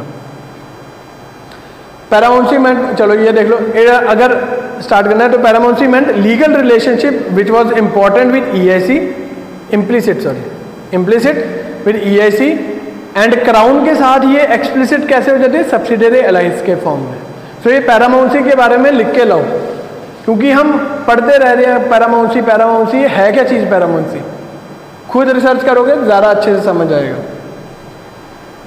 तो अब पार्टीशन होगी, ठीक है, पार्टीशन में प्रिंसली स्टेट्स कैसे आ रहे हैं, इंटरफियर कर रहे हैं, वो हम फैक्ट से भी देखेंगे कि क्या हो रहा, कि भाई हैदराबाद में क्या हो रहा है, त्रावणकोर में क्या हो रहा है, मणिपुर, जूनागढ़, यहाँ पे क्या हो रहा है, ये तो सारे फैक्ट्स हैं। देखो ये सब आ जाएगा समझ आपको, कि ये लर्न करना है आपको, 10 बार पढ़ोगे लर्न हो जाएगा, बट एक कंसेप्ट बिल्डिंग बहुत ज़्यादा ज़रूरी है आपके लिए।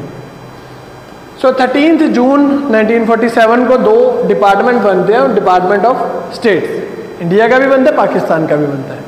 इंडिया में it is led by minister Vallabh भाई पटेल एंड उसके सेक्रेटरी कौन होते हैं, वीपी मेनन। ये बहुत इंपॉर्टेंट नाम है आपके फॉरेन पॉलिसी में, मतलब कि आप पढ़ोगे अगर इसको हिस्ट्री में, पोस्ट इंडिपेंडेंस में VP Menon is very important personality.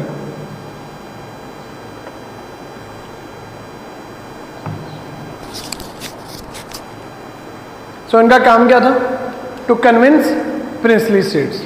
कैसे करेंगे, वल्लभ भाई पटेल माउंटबेटन को गाड़ी में बिठाएंगे और सारे प्रिंसली स्टेट्स में जाएंगे, या नरेंद्र मंडल्स को बुला लेंगे, एक जगह मीटिंग करेंगे और माउंटबेटन को बोलेंगे कि यार बोलो इनको, उनको लगेगा कि घोड़ी चमड़ी बोल रहा है, कोई बढ़िया चीज़ बोल रहा होगा कि इंडिया के साथ ज्वाइन हो जाए, सो ये हो जाएगा। Next is partition.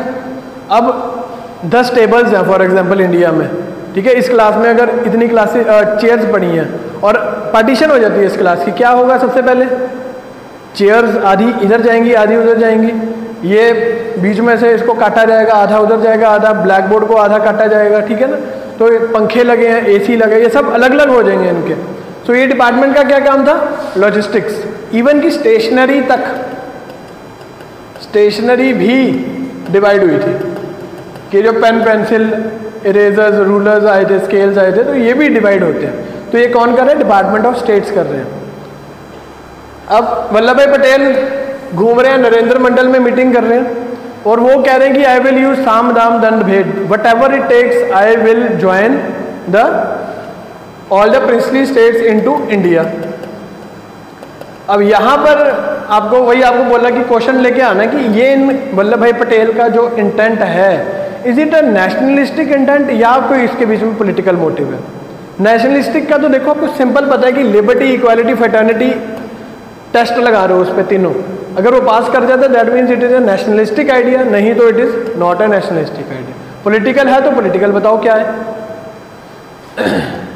तो काफ़ी जो प्रिंसली स्टेट्स थे उन्होंने बहुत जल्दी साइन कर लिया इंस्ट्रूमेंट ऑफ एक्सेशन। अब क्या हुआ, माउंटबेटन को भी राजा एक राजे की तरह देखता था, तो उसकी बात मानना, प्लस वाइट सुप्रीमेसी, और वो कहता है कि यार इंस्ट्रूमेंट ऑफ एक्सेशन साइन कर लो। वैसे भी तो तुम्हारे जो ये 3 सब्जेक्ट्स हैं मैं ही देख रहा हूँ, तुम कौन सा खुद देख रहे हो, तो तुम्हारे लिए तो कोई लॉस वाली डील ही नहीं है। जो पहले पार्टी ए देख रही थी तुम्हारे ये सारे 3 subjects, defence, communication and foreign, तो अब पार्टी बी देख लेगी। बाकी तुम राजे, तुम्हारी प्रजा, तुम्हारा 97% of rest of this constitution तुम्हारा सारा राज है, सो तुम कर लो। राजाओं को ये भी समझ आया। उसके बाद माउंटबेटन बैठ जाते हैं, वल्लभ भाई पटेल उठ के सिर्फ ये कह देते हैं कि ये ना हो कल को जब इंडिपेंडेंस हो जाए, वो एक कहते हैं ना कि मिठी सी वो धमकी दे देना, वो कहते हैं कल को इंडिपेंडेंस होगी अगर, Mountbatten, your so called Mountbatten and British friends go away, उसके बाद अगर लोगों ने विद्रोह कर दिया तो मत मेरे पास भाग्य आना। चाहे वल्लभ भाई पटेल के ये इम्प्लिसिट एक्शंस थे काफ़ी, अभी हम देखेंगे हैदराबाद में वहाँ का जो एक बंदा था वो इंटीग्रेशन को बड़ा तंग कर रहा था, उस पर लाइफ अटेम्प्ट हो जाता है। वल्लभ भाई पटेल कहते हैं देखा मैंने बोला था ना आपको कि कल को अगर लोगों ने विद्रोह कर दिया फिर मत भाग्य आना हमारे पास, और फिर हम भी नहीं बचा पाएंगे। Hence he gives a threat of uncontrollable anarchy, कि लोग अगर तुम्हारे अगेंस्ट हो गए फिर ना मेरे पास आना, फिर तुम अपना देखो कैसे संभलना, अगर राजे भी मार के फिर क्या राजा क्या उसका महल। सो बिफोर 1947 ये सीन है सारा पंजाब का, इंडिया का, कि कहाँ पर क्या है, कौन सा प्रोविंस है, तो ये चीज़ आ रही है, ठीक है आपकी। एक बार इसको देख लेना, ज़रा समझ लेना घर जाके ना। बाकी तो इसमें सारे हमने रेफ़र करे हुए हैं, जैसे हमने इंडियन नेशनल मूवमेंट पढ़ी है तो ये सारे वो चीज़ें हैं। ये भी उसी का ही एक मैप है। तो ये देखो, भोपाल आ गया, हैदराबाद आ गया, मणिपुर आ गया, उसके बाद प्रिंसली स्टेट्स यही है, और ये सौराष्ट्र वाले रीजन में जूनागढ़ आ जाएगा आपका।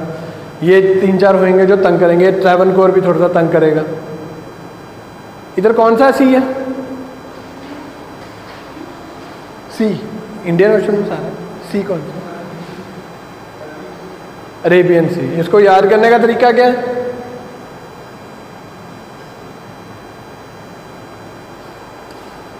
ए बी सी होती है, ए इधर है, बी इधर है, ये कौन सा हो गया फिर? बे ऑफ बंगाल।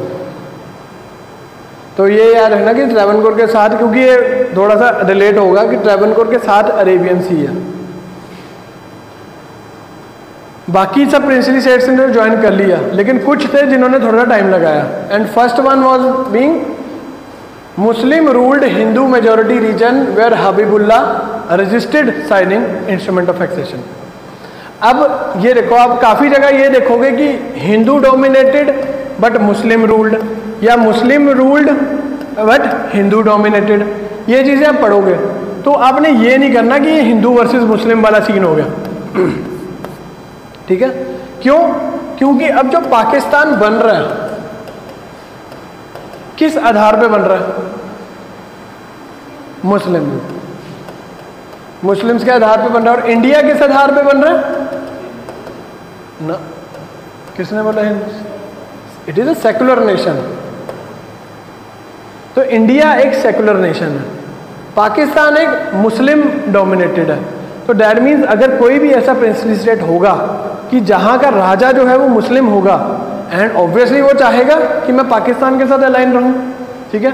बट वहाँ की जो जनता है, हिंदू जनता, उनको होगा कि यार नहीं, ये तो हमारे साथ धक्का हो जाएगा, because we don't want to go in a Muslim dominated nation, but if not Hindu at least a secular nation. तो इसलिए हिंदू मुस्लिम को हमने हिंदू वर्सेस मुस्लिम नहीं रखना। It is all because of political जो इस टाइम पे एटमॉस्फेयर बना हुआ है, उस वजह से गेम चल रही है। सो इतना ही आप रखना कि मुस्लिम रूल्ड हिंदू मेजोरिटी रीजन है। हबीबुल्ला राजा है यहाँ का, भोपाल का, and he registered signing this IOA। वहाँ पे लोग भी रिवोल्ट, वो वल्लभ भाई पटेल की जो चेतावनी होती है कि क्या अगर फिर मतलब में भाग गया ना तो क्या करते हैं, लोग रिवोल्ट कर देते हैं, और CPI इसमें बहुत इंपॉर्टेंट रोल प्ले करती है, and he is forced to sign the instrument of accession. अब CPI का रोल कहाँ से आ गया यहाँ पे? CPI क्यों एक्टिव होगी इतनी?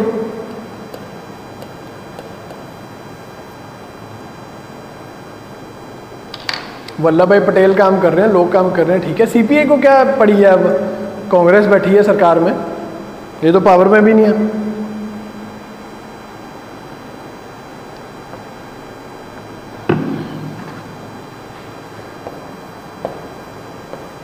रशियन रेवोल्यूशन वही चल रही है कि सारे जो वर्ल्ड में है, सारे कंट्रीज को क्या बना लो, आप कम्युनिस्ट देश बना लो।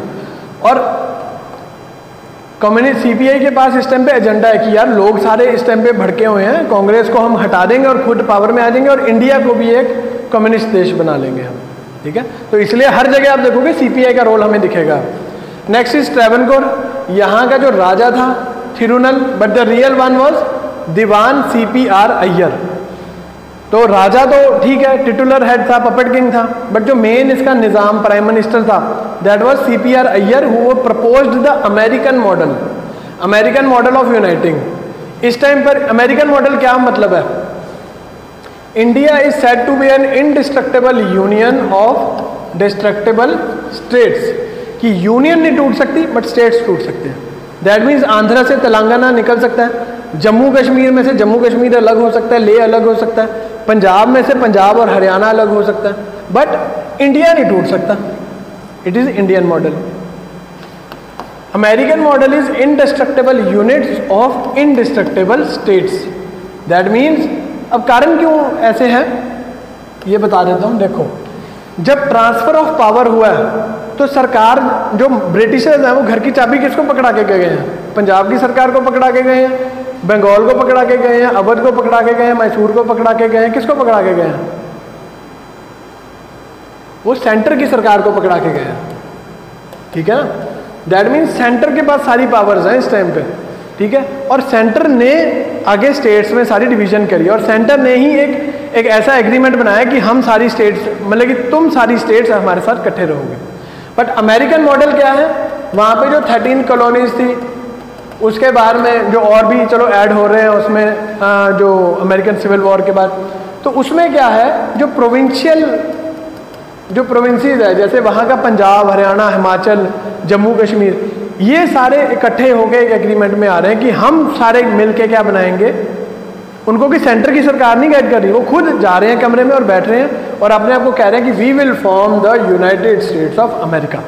सो दैट मीन्स ना ही अगर अमेरिकन मॉडल में देखें, ना ही पंजाब टूट सकता है, पंजाब में से हरियाणा नहीं बन सकता, आंध्र में से तेलंगाना नहीं बन सकता, और इस ऐसी अगर हम असम की बात करें, असम में से मेघालय, मिजोरम वगैरह ये सारे स्टेट्स बन रहे हैं, तो उसमें से वो नहीं बन सकते। So hence it is called indestructible union of indestructible states. अब ये CPR अय्यर बड़ा जोर शोर से कहता है कि we will form this American model, कि अगर हम IOA साइन करेंगे तो इसका ये मतलब नहीं कि सेंटर के हम अंडर हो गए, we will have our equal respect. CPI यहाँ पे भी एक्टिव है, और यहाँ पे क्या मूवमेंट का नाम है, पुन्नापरा मूवमेंट। ये स्पेलिंग एक बार चेक कर लेना, वैसे पुन्नापरा मूवमेंट है, AA कुछ होगा। तो पुन्नापरा मूवमेंट है भाई, CPI यहाँ पे लीड कर रही है, और वो इस अय्यर को कहते हैं कि into the Arabian sea with your American model, कि अरेबियन सी में छलांग मार दे, कि हमें नहीं ज़रूरत तेरे अमेरिकन मॉडल की, छलांग मार दे अरेबियन सी में अपने अमेरिकन मॉडल के साथ। इसीलिए मैंने आपको, क्योंकि ट्रैवनकोर कहाँ पर था, ये रहा ट्रैवनकोर और ये रहा अरेबियन सी, तो जस्ट एक सेइंग है, इसके साथ अटैच्ड है, इसलिए बता दिया। उसके बाद क्या होता है, अगेन वही वल्लभ भाई पटेल की धमकी। क्या होता है, ये अय्यर CPR अय्यर जो है दीवान, इस पे लाइफ अटैम्प्ट हो जाता है, इस पे मतलब कि अटैक कर देते हैं लोग, मारने के लिए नहीं, सिर्फ डराने के लिए। तो क्या होता है, ये भाग जाता है छोड़ के, और महाराजा जो है ये तो बेचारा वैसे ही कुछ नहीं कर सकता, तो अगला कहता है यार इंस्ट्रूमेंट ऑफ एक्सेशन पे साइन लो, मेरे को सैलरी बांधो, मेरे को मेरा महल महल दो और मेरे को रहने दो यहाँ पे। Next is Manipur. मणिपुर ने भी थोड़ा सा लेट ज्वाइन करता है, तो महाराजा बोध चंद्र यहाँ पे होते हैं, ही साइंस इंस्ट्रूमेंट ऑफ एक्सेशन आराम से, ठीक है ना, थोड़ा सा बाद में कर लेते हैं, तो कर लेते हैं।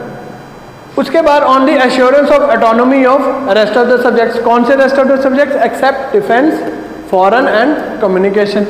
इसके अलावा मणिपुर का राजा महाराजा बोध चंद्र ही सारे जो ये सब्जेक्ट्स हैं उस पर लेजिस्लेट करेगा। Manipur becomes the first state in independent India to hold elections. ये याद रखना कि आज़ाद भारत में प्रोविंशियल लेवल पे सबसे पहले इलेक्शंस कहाँ पर हुई हैं, so it is Manipur. But Maharaja इससे पहले ही मर्जर एग्रीमेंट, कि भाई ये जो 3 सब्जेक्ट्स हैं इनके अलावा ये भी भारत सरकार को दे आता है। इस वजह से जो पॉलिटिकल पार्टीज होती हैं वो महाराजा बोध चंद्र के एंटी हो जाते हैं, ठीक है, जिस वजह से वही अगेन से इशू हो जाता है। और आज तक नॉर्थ ईस्ट में ये सेपरेटिस्ट मूवमेंट्स का बड़ा मतलब कि है reason. So one of the reason is कि ये मणिपुर से जो स्टार्ट हुई है इशू, ये आज तक ये है कि 2 पार्टीज में इतनी ज़्यादा स्ट्रिफ है कि कोई पार्टी सेंटर की तरफ अलाइंड होगी और कोई पार्टी उसके तरफ नहीं होगी। Next is Hyderabad. ये सबसे इंपॉर्टेंट है आपके लिए। It is the largest princely state of India, और यहाँ पर भी क्या सीन है, Hindu population ruled by Muslims, Hindu majority और मुस्लिम राजे। और यहाँ पर कौन है, निज़ाम मीर कासिम अली राजा है यहाँ का। But the real problem is adviser, जैसे पीछे थी कि भाई जो CPR अय्यर था वो इशू था मेन, थिरुनल जो महाराजा है वो इशू नहीं है। यहाँ पर भी उसका प्राइम मिनिस्टर इशू है, कौन है, काजिर रिजवी। इसके अलावा है MIM पॉलिटिकल पार्टी, जो आज क्या बन चुकी है, AIMIM कुछ ऐसे बन चुकी है। बड़ा ही कॉम्प्लेक्स नाम है, देखना हुआ देख लेना, बट अगर आप एग्जाम में MIM पार्टी भी लिख दोगे it is sufficient. So MIM political party ये भी कम्युनली बड़ी एक्टिव है कि भाई हिंदू मुस्लिम वाली इशू है। उसके बाद कासिम रिजवी, उसके बाद कासिम अली की, मीर कासिम अली की एक फ़ौज है जिसको क्या कह रहे हैं, रज़ाकार्स। ये शरेआम की भाई पकड़ के तेरा नाम क्या है, हिंदू नाम है चलो काट दिया, मुसलमान नाम है चल भाग जाए यहाँ से, तो ऐसे कर रहे हैं। तो बहुत ज़्यादा कम्युनल टेंशन बहुत है हैदराबाद में इस टाइम पे। 12 जून 1947 हैदराबाद डिक्लेयर्स इंडिपेंडेंस। अब वल्लभ भाई पटेल काफ़ी बार कासिम अली से मिलते हैं, बट हर चीज़ कहते हैं कि चल यार तू डिफेंस भी तू रख ले, तू अपनी आर्मी भी अपने पास रख ले, तो बड़ी ज़्यादा उनको देते हैं। दैट मीन्स आर्टिकल 370 जैसी काफ़ी प्रिविलेजेस उसे देते हैं, बट कासिम अली मानता नहीं। बढ़िया ही हुआ नहीं माना, नहीं तो एक और 370 हैदराबाद के लिए होना था, अलग एक इशू चलना था उसका। अगेन यहाँ पर भी people and CPI revolted and stand still was signed. अब इस चक्कर में क्या हुआ, सरकार के साथ इंडियन सरकार भी आ जाती है वो, और कासिम अली कहता है कि यार रुक जाते हैं, अभी बातचीत करते हैं। But in the mean time ये कासिम रिजवी, MIM और रजाकार ये फिर अपना कम्युनल इश्यूज चलाई रखते हैं। इस चक्कर में क्या होता है, जो इंडियन आर्मी को है वो एंटर करना पड़ता है, एंटर करना पड़ता है, नॉट इन्वेड, एंटर करना पड़ता है हैदराबाद अंडर ऑपरेशन पोलो या ऑपरेशन कैटरपिलर कहते हैं इसको। कि क्या, जैसे हम गोवा में ऑपरेशन विजय पढ़ा है हमने, so here it is operation polo या operation caterpillar. Kasim Rizvi is imprisoned, और इम्प्रिजनमेंट के बाद जब ये वापस आता है तो इसको पाकिस्तान भेज देते हैं। और कासिम अली जो है आपका, ही is made the governor of Hyderabad, की जस्ट बताने के लिए कि चल यार तू हमारे साथ खड़ा है, इंस्ट्रूमेंट ऑफ एक्सेशन तूने साइन कर ली, so just to reward him he is made the governor. And MIM जो पॉलिटिकल पार्टी होती है उसको बैन कर देते हैं, तो हैदराबाद की इंटीग्रेशन इंडिया में हो जाती है। ये इंटीग्रेशन की स्टोरी बता रहा हूँ कि कैसे हो रही है। Next is Junagadh. जूनागढ़ का राजा नवाब मोहब्बत खान, वही चीज़ है, Muslim ruled, Hindu dominated society, and he had love for dance and dogs. अगर इसकी कभी डॉक्यूमेंट्री भी पढ़ोगे तो जब ये इंडिया से वापस जा रहा था छोड़ के, तो इट इज़ सेड कि ये अपनी वाइफ्स को भूल गया, यहीं पे छोड़ गया था, बट अपने डॉग्स को सभी को लेके गया था। बहुत ज़्यादा ये मतलब कि डॉग लवर था। डांस में बहुत ज़्यादा था, लेडीज़ वाले कपड़े डाल के डांस करना, तो ये ऐसे के मतलब कि शौक थे इसके। इस बंदे ने क्या बोला कि यार मैं तो पाकिस्तान में जाना, चाहे इसको फ्रीडम थी कि पाकिस्तान में जा सकते हैं, बट यहाँ पर कौन थी, हिंदू मेजोरिटी थी, जिन्होंने बोला कि we do not want to go in a nation which is formed on the basis of religion. हम ऐसे देश में नहीं जाना चाहते। ये यहाँ पे ये बात नहीं कि मुस्लिम देश में नहीं जाना चाहते, had it been Muslim Hindu religion के बेस पे आधार पे बना होता वो अलग बात थी, बट वो कहते हैं कि हम किसी भी कम्युनल अपना कंट्री में नहीं जाना चाहते। तो वही अगेन इंडियन आर्मी आएगी अब यहाँ पर भी। अभी मोहब्बत खान क्या होता है, वहाँ के एक मिनिस्टर है पाकिस्तान में, शाहनवाज भुट्टो, उसको बुलाता है कि मुस्लिम लीग की होती है, उसको बुलाता है कि आओ यार आप मेरे रीजन में आओ, यहाँ पे हम पॉलिटिकल पार्टी इस्टेब्लिश करेंगे, पाकिस्तान के साथ ज्वाइन करेंगे। Same at the same time Indian army enters. उसके बाद शाहनवाज भुट्टो मुस्लिम लीग को, जिन्ना को बोलती है कि यार आप भी आर्मी भेजो, we will get this area. But Jinnah के पास उस टाइम पे टारगेट क्या होता है, जम्मू कश्मीर। वो कहता है कि यार ये छोटा सा एरिया है, मार्ची लैंड है, क्या नमक थोड़ा बनाना है हमने, तो वो हेल्प नहीं भेजता। इस चक्कर में क्या होता है, नवाब मोहब्बत खान को भागना पड़ जाता है। एंड हेंस जो ये रीजन है ये भी कहाँ पे हो गया आपका, सॉरी जूनागढ़ जो है कहाँ पे इंटीग्रेट हो जाता है, इंडिया में। प्लेबिसाइट हो जाता है वो तो चलो एक फॉर्मेलिटी है। अब आ जाता है आपका मेन जम्मू कश्मीर वाला रीजन।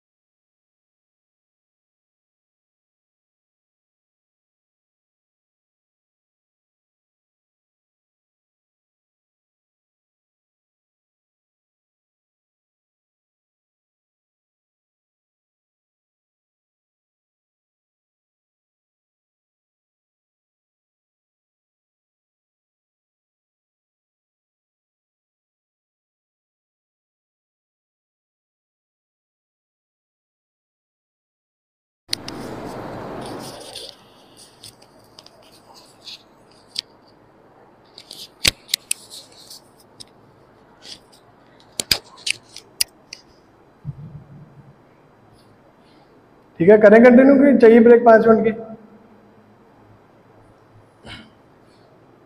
सो नेक्स्ट इज आपका जम्मू कश्मीर। अब जम्मू कश्मीर में क्या है, महाराजा हरि सिंह बैठे, ठीक है, हिंदू है, कोई इशू नहीं है, ठीक है। ही वॉन्टेड इंडिपेंडेंस, इनका इशू क्या है, इंडिपेंडेंस चाहिए इनको, ये ना ही इंडिया में आना चाहता है ना ही पाकिस्तान में आना चाहता है। अब क्या होगा कि जवाहरलाल नेहरू, वल्लभ भाई पटेल कुछ ऐसी सिचुएशन की वेट करेंगे कि जहां पे हरि सिंह को हेल्प मांगनी पड़े, क्योंकि वल्लभ भाई पटेल ने बोला था, धमकी दी हुई है कि कल को कोई इशू आ गया फिर ना मेरे पास भागे भागे आना। तो अब ये वेट करेंगे कि ऐसी सिचुएशन आए। पाकिस्तान अब जब जम्मू कश्मीर ने बोल दिया, अब अगर हम एक आपको मैप बना के दिखाऊं, ड्राइंग पूरी तो नहीं करेंगे हम, ये देखो, ये आ गया, एक सिर आ गया, या फिर इसको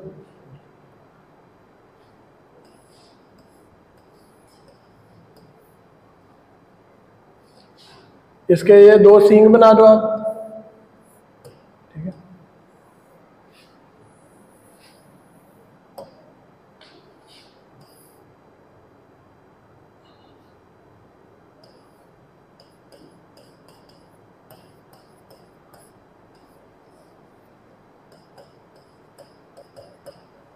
तो अब ये अगर मैप समझ आ रहा है, इंडिया का ऊपर जम्मू कश्मीर वाला रीजन बना दिया, तो ये जम्मू कश्मीर आ गया आज का। अब लेह लद्दाख वाला रीजन ये आ गया आपका, ये रीजन है पाकिस्तान ऑक्यूपाइड कश्मीर, जिसमें गिलगिट और बल्तिस्तान आता है आपका। ये है अक्साई चीन वाला रीजन। ये किसने कॉन्कर करा हुआ है? अक्साई चीन किसने लिया हुआ है इंडिया का? चाइना ने। इधर से पाकिस्तान के साथ इशू है हमारा, इधर से चाइना के साथ इशू है। और यहां वाला एक थोड़ा सा रीजन है शाक्सगन वैली, ये पाकिस्तान ने अपने पीओके वाले रीजन से चाइना को दिया हुआ। क्यों दिया था? जब 1965 वॉर हुई है इंडिया पाकिस्तान की, तो Pakistan in order to get help from China, उसने क्या बोला, ये ले लो। अब पाकिस्तान ने क्या करा, यहां से सड़क बनानी शुरू कर दी, और सॉरी चाइना ने इधर सड़क बनानी शुरू कर दी, और सड़क बना के क्या बना लेगा ये अब ना सारी लड़ाइयां क्यों चल रही हैं world history, silk route. Silk route आ रहा है ऊपर से, कनेक्ट कर देगा उधर से, मैरीटाइम सिल्क रूट अलग बन रहा है, लैंड सिल्क रूट अलग बन रहा है। तो अगेन आप देखो कि भाई जो आज का भी कंटेम्प्रेरी पॉलिटिक्स है वो किस पे चल रही है, सिल्क रूट की लड़ाई पे, ठीक है। तो ये जम्मू कश्मीर आ गया, ये पीओके, गिलगिट एंड बल्तिस्तान वाला रीजन आ गया, इधर अक्साई चीन आ गया आपका, इधर अगर हम देखें तो आ गया आपका ये नेपाल आ गया, सिक्किम, भूटान, और ये नेफा वाला रीजन, ठीक है। तो ये नेफा में भी पाकिस्तान के साथ इशू है और अक्साई चीन में भी इशू है, ठीक है। तो जम्मू कश्मीर, अब अगर हम इन पर्टिकुलर जम्मू कश्मीर, ये तो चलो एक ओवरऑल बता दिया मैंने आपको क्या सिचुएशन है अपने ऊपर। तो जम्मू कश्मीर के साथ पाकिस्तान का बड़ा चक्कर रहेगा। पाकिस्तान वेट करेगा कि जम्मू कश्मीर को चाहिए, क्यों चाहिए, ताकि चाइना के साथ कनेक्टिविटी हो जाए, और कल को ये चाइना को ये लैंड देके ये चुप करके अपना सिल्क रूट ऊपर से निकाल दे, उत्तर पथ, दक्षिण पथ, ये सारे ये कनेक्शन इसको मिल जाए। सो महाराजा हरि सिंह वांट्स इंडिपेंडेंस, ना इंडिया ना पाकिस्तान। बट शेख अब्दुल्ला वहां पे एक डेमोक्रेटिक लीडर है काफी, वो कह रहे हैं डेमोक्रेसी है यहाँ पे, मोनार्की खत्म हो, and for that even he started Kashmir छोड़ो आंदोलन, ठीक है, कि मोनार्क्स के अगेंस्ट उसने मूवमेंट चला दी। एंड सोशलिस्ट है, प्रो पुअर है, प्रो अपना रिफॉर्म्स है, and he is a very good friend of Jawaharlal Nehru. तो इस वजह से कांग्रेस के साथ भी बढ़िया से डीलिंग्स है।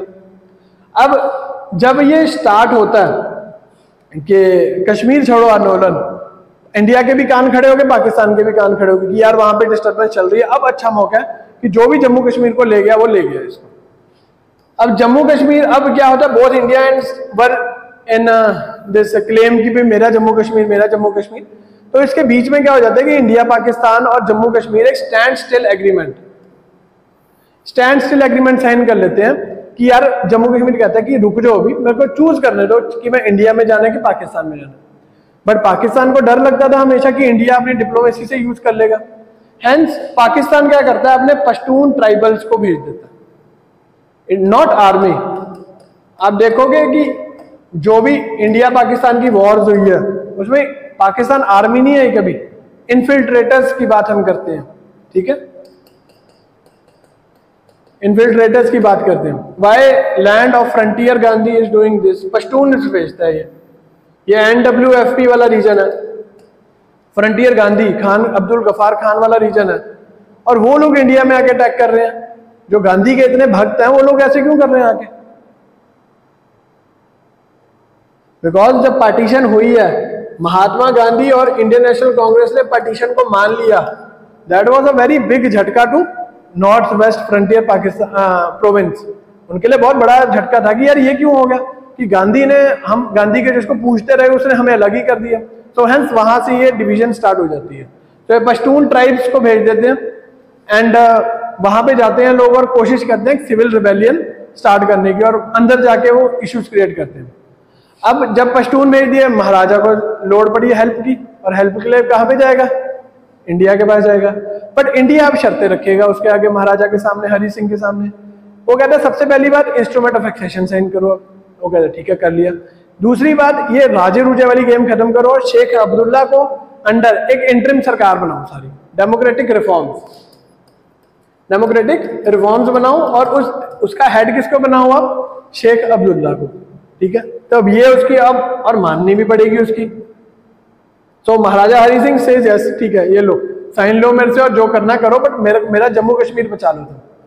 अब इंडियन आर्मी इधर से एंटर कर रही है, इन्फिल्ट्रेटर्स इधर से एंटर करके,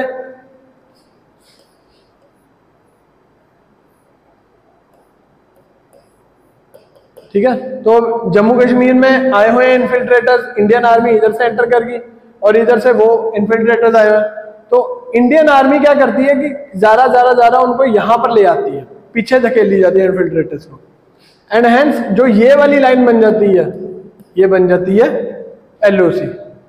और इसके बाद का रीजन आज की डेट तक पाकिस्तान के पास है, ठीक है। And it is called Pakistan occupied Kashmir. हमने लोकसभा राज्यसभा में सीट्स भी खाली छोड़ी हुई हैं कि कल को ये रीजन हमारे, क्योंकि हमारा रीजन है। बड़ा इशू हो जाता है ना कि मैप, जब डिस्टॉर्टेड मैप बना देते हैं कि पाकिस्तान इस रीजन को अपने मैप में ले जाता है और चाइना अक्साइचिन को अपने रीजन, बड़ा इशू हो जाता है उसमें, कि बुक्स में भी बड़ा गलत मैप आ गई है। तो ये वाली लाइन तक, जहां तक हम इन्फिल्ट्रेटर्स को पीछे धकेलने में कामयाब रहे, और उसके बाद जवाहरलाल नेहरू आ जाते हैं माउंट बैटन के उसमें आ जाते हैं, सॉरी माउंट बैटन नहीं, USA के इन्फ्लुएंस में आके इस मैटर को यूनाइटेड नेशंस ले जाते हैं। अब कई लोग कहते हैं ये गलत चीज है, क्यों? क्योंकि पाकिस्तान जो है, इंडिया ने तो इंडिपेंडेंस के बाद नॉन अलाइंड मूवमेंट की कर दिया कि ना मैं कैपिटलिस्ट हूं ना मैं सोशलिस्ट हूं, मैं अपना, ना मैं USA को बिलोंग करूंगा ना ही USSR को बिलोंग करूंगा। सो सम से it is a good decision. क्यों? कोल्ड वॉर का टाइम चल रहा है इस टाइम पे, और अगर किसी का भी पार्टी बन गए दैट मीन्स उसके अंडर हो गए, और अभी तो आजाद हुए हैं। दूसरी बात, कई कहते हैं कि ये बुरी बात थी। क्यों? क्योंकि पाकिस्तान ओपनली कहता रहा कि मैं कैपिटलिस्ट ब्लॉक के साथ हूं, ठीक है ना। Capitalist block that means USA, और जिसको USA जैसा बड़ा भाई मिला हुआ है उसको तो कोई नहीं कुछ कहेगा। सो वहां पर गलत थी, क्योंकि United Nations is dominated by USA आज तक, टिल डेट कैपिटलिस्ट कंट्रीज, और कैपिटलिस्ट कंट्रीज का राजा कौन है? USA। तो यूनाइटेड नेशंस में लेके जाना it was a blunder Jawaharlal Nehru के लिए। बट स्टिल अगर हम एक नेशनल पर्सपेक्टिव में देखें कि किसी कंट्री के नीचे सर्वेंट बनने से बेटर था कि हम इस चीज को वहां पे ले जाते। So Jawaharlal Nehru took this matter to United Nations. अब पाकिस्तान जो है, capitalist blocs like SEATO and CENTO, जो बगदाद पैक्ट है, ये नेटो टाइप्स है। जो यूरोप में अगर USA के ब्लॉक्स हैं वो नेटो है, तो SEATO is South East Asia Treaty Organization, CENTO Central Asia Treaty Organization, जिसको पहले बगदाद पैक्ट कहते थे हम। तो ये वाले का ब्लॉक का मेंबर्स कौन है? पाकिस्तान है, और ये इनका राजा कौन है? कैपिटलिस्ट वर्ल्ड है, led by USA। So United Nations क्या कहती है? ये वाली लाइन पे सीज फायर कर दो, दैट मीन जैसे थे हो जो, अगर जितने सैनिक उधर हैं उधर रहे, जितने सैनिक इधर हैं इधर रहे, ना कोई इधर आएगा ना कोई उधर जाएगा। तो एक सीज फायर सा हो जाता है, एंड टिल डेट वो सीज फायर वैसे की लगा पड़े। बट इसमें यूनाइटेड नेशंस ने बोला था कि यार हम प्लेबिसाइड करा देते हैं। यूनाइटेड नेशन कहता है कि यार हम बैठ के देख लेते हैं, प्लेबिसाइड करा देते हैं।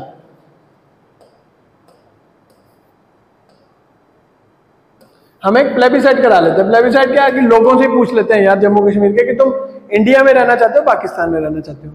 बट इंडिया की कंडीशन क्या थी, ये देखो, ये वाला गिलगित और बल्तिस्तान वाले रीजन।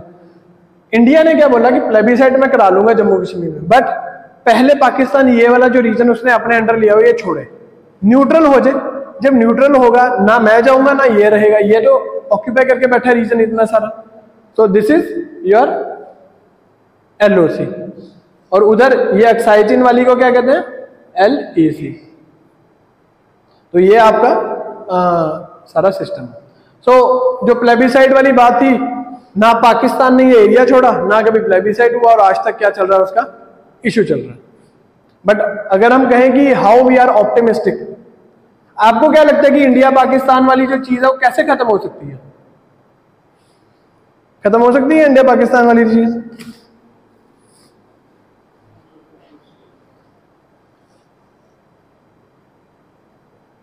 कितनों को लगता है लड़ाई के साथ the war is the solution? लगता है war is the solution India Pakistan के लिए? क्यों? क्यों नहीं? वॉर क्यों नहीं? इंडिया भी न्यूक्लियर कंट्री है, पाकिस्तान भी न्यूक्लियर कंट्री है, वॉर क्यों नहीं हो सकती?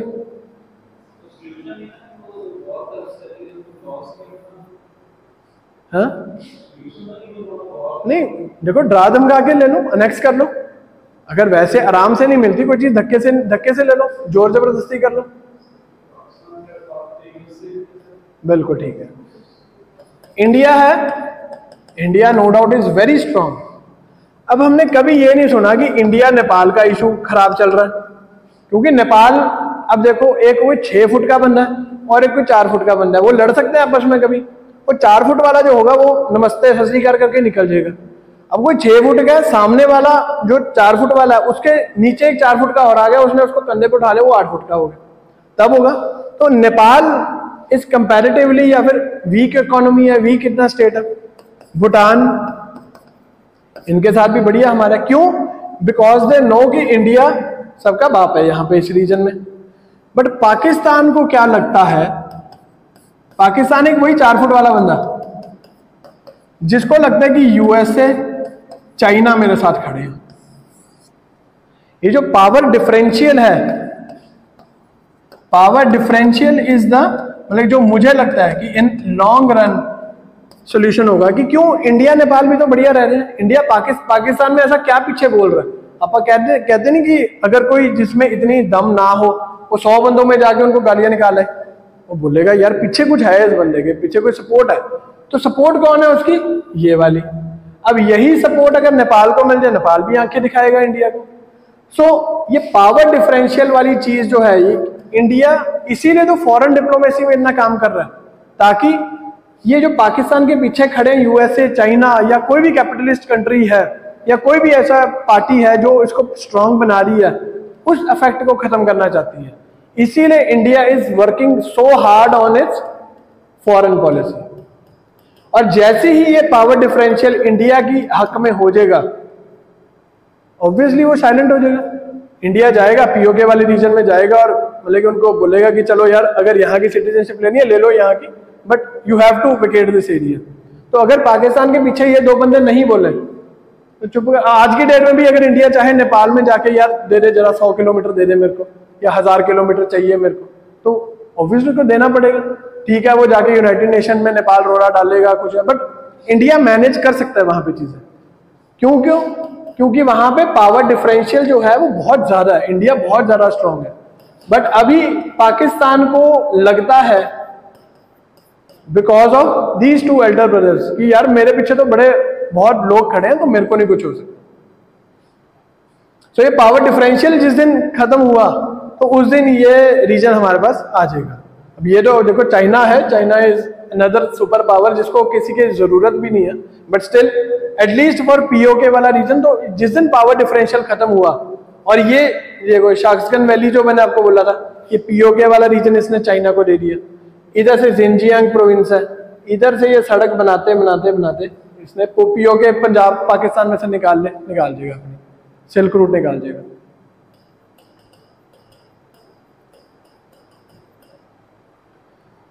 सो ये रहा आपका जम्मू कश्मीर वाला रीजन इशू।